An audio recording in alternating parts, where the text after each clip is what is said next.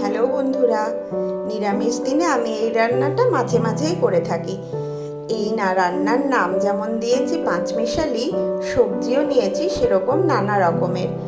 আমি এখানে নিয়েছি মিষ্টি কুমড়ো, আলু, কোয়াশ, কাঁঠালের বীজ, বেগুন, এছাড়াও আছে পটল।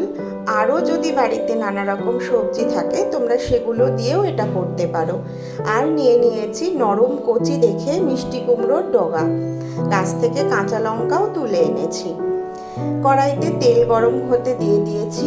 তেলের মধ্যে ছেড়ে দিলাম তেজপাতা, শুকনো লঙ্কা ও পাঁচফোড়ন। এটার ভাজা গন্ধ বেরিয়ে আসলেই আমি সব সবজিগুলো দিয়ে দেব।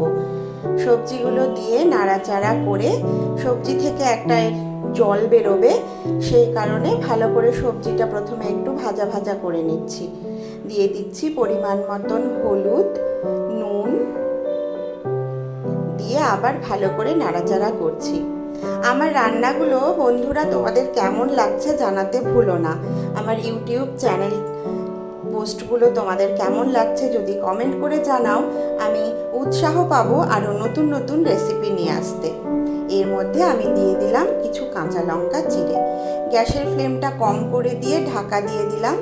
দিয়ে ভালো করে নাড়াচাড়া করে যখন সবজিগুলো একটু মজে আসবে তখন আমি এর মধ্যে মিষ্টি কুমড়োর ডগাগুলো দিয়ে দেব।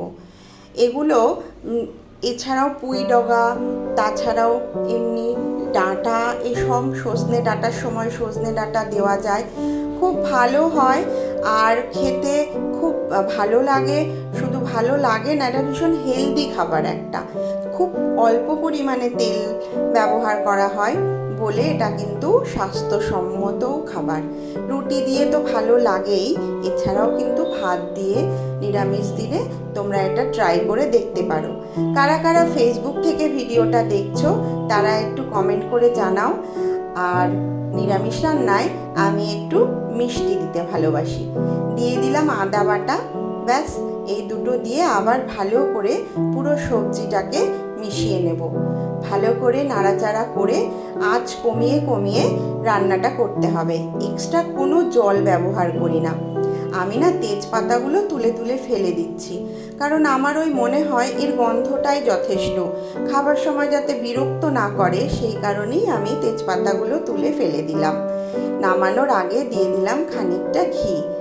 তোমরা যারা ডায়েট করছো যদি ঘি খেতে না চাও ঘি না দিলেও চলবে। এর মধ্যে দেওয়া যেতে পারে হালকা করে কস্তুরি মেথি। তাছাড়াও যদি তোমরা ধনেপাতা কুচি দিতে চাও তাহলেও কিন্তু মিক্স করে নিতে পারো। থ্যাংক ইউ বন্ধুরা, কেমন লাগলো কমেন্টে অবশ্যই জানিও।